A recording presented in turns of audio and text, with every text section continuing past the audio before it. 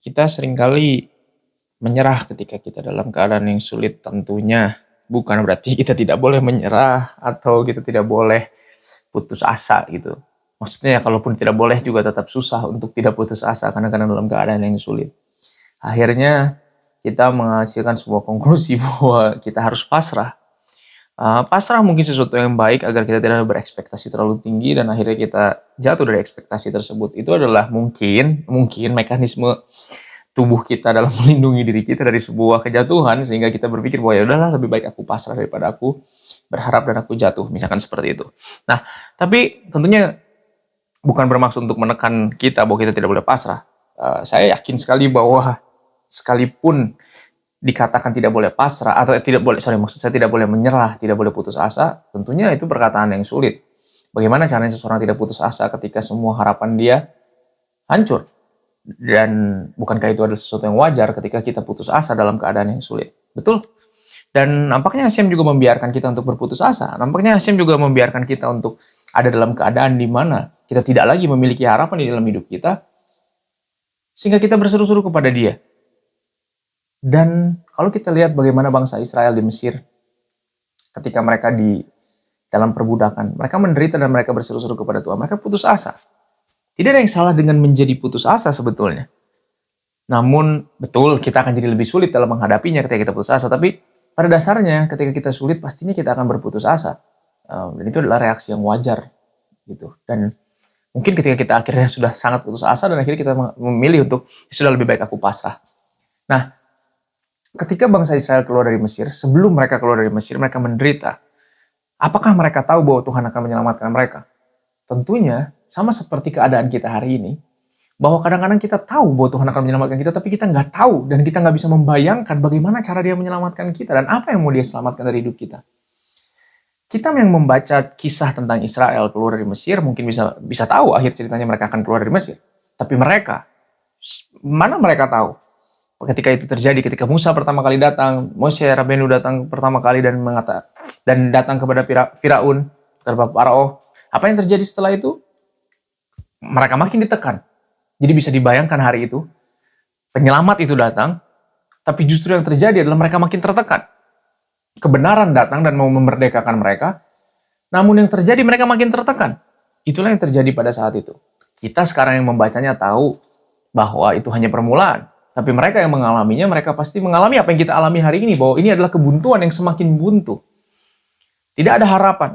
Ya sama seperti kita hari ini merasa dalam hidup kita tidak ada harapan, pastinya mereka juga merasa seperti itu, karena mereka nggak tahu akhir ceritanya.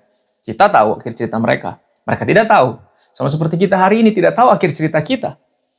Nah, tapi pada saat itu mereka berseru. Mereka tidak bisa bayangkan apa itu keselamatan. Mereka tidak bisa bayangkan apa itu Tuhan menebus mereka dan menjadi umat Tuhan. Bagaimana cara mereka bisa membayangkan?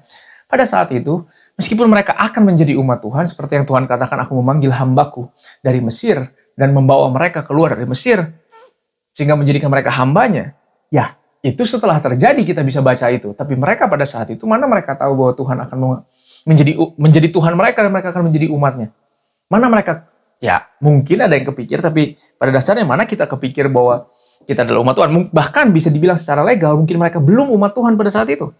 Mereka berpikir bagaimana caranya aku menjadi umat Tuhan. Mereka tidak bisa membayangkan bagaimana caranya menjadi umat Tuhan. Dan itu persis seperti apa yang kita alami hari ini. Bahwa kita berpikir bagaimana caranya aku bisa menjadi umat Tuhan. Bagaimana caranya aku bisa ditebus dari kuk penyembahan berhala. Dari kuk bangsa-bangsa yang membuat aku terbatas untuk melayani Hashem. Bagaimana caranya? Tentunya nggak ada jalannya sama seperti mereka. Nggak ada jalannya dan bukan bagian kita untuk mencari jalan. Tapi adalah bagian Tuhan. Tapi di situ ada perkataan yang paling penting. Setiap kali Hashem memperingati mereka bahwa Hashem yang mengeluarkan mereka dari tangan Mitzrayim, Dia selalu mengatakan bahwa dengan tangan yang kuat, dengan lengan yang kuat, aku mengeluarkanmu dari Mesir. Beyat Chazaka, dengan tangan yang kuat. Apa artinya dengan tangan yang kuat? Chazak itu berarti kuat, yang memang berarti kuat, tapi kekuatan tersebut bukan kuat karena hanya sekedar otot. Tapi kuat di situ adalah dengan keinginan yang kuat, dengan semangat. Mungkin bahasa kitanya gitu ya, bahasa sehari-hari bahasa kitanya adalah dengan semangat yang kuat, dengan hasrat yang besar. Dengan itulah sebetulnya dia ingin, bukan dia ingin, tapi dia menyelamatkan bangsa Israel. Artinya dia bukan mau menyelamatkan bangsa Israel dengan tangan yang biasa aja, bukan dengan keinginan yang biasa aja, tapi dengan keinginan yang kuat, dengan semangat, dengan kekuatan, dengan hasrat yang besar. Kalau begitu, hari ini kita mungkin tidak lagi memiliki harapan. Kita mungkin hari ini tidak lagi memiliki hasrat untuk diselamatkan karena kita terlalu putus asa. Tapi tenang, Tuhan yang berhasrat untuk menyelamatkan kita. Tuhan yang semangat untuk menyelamatkan kita. Nah, tentunya, ya, kita mungkin bisa berputus asa dan pasrah sampai Tuhan menyelamatkan kita. Tapi mungkin kita akan lebih menderita dengan itu. Tapi, mengapa tidak kita kuatkan hati kita? Dengan cara apa? Dengan cara melihat apa yang Tuhan lakukan. Dengan menjadi cerminan apa yang Tuhan lakukan. Jika Tuhan mau menyelamatkan kita dengan tangan yang kuat, dengan hasrat yang besar, dengan semangat yang besar, semangat yang kuat, mengapa tidak kita berharap kepada keselamatan yang daripada Tuhan dengan semangat yang besar juga? Kita berharap dengan hasrat yang besar bahwa Tuhan akan menyelamatkan kita. Kita berharap dengan semangat yang besar, dengan semangat yang kuat bahwa Hashem akan menyelamatkan kita. Bagaimana caranya? Bagaimana bayangannya? Kita tidak perlu mengetahui bayangannya. Hanya dengan artinya, ketika kita tidak bisa membayangkan bagaimana cara Tuhan menyelamatkan kita, bukan berarti Dia tidak akan menyelamatkan kita. Karena semuanya adalah rencana Tuhan. Oleh sebab itu,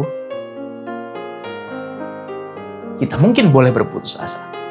Tapi ingat, bahwa firman Tuhan, perkataan Hashem adalah terang bagi jalan kita dan kaki kita.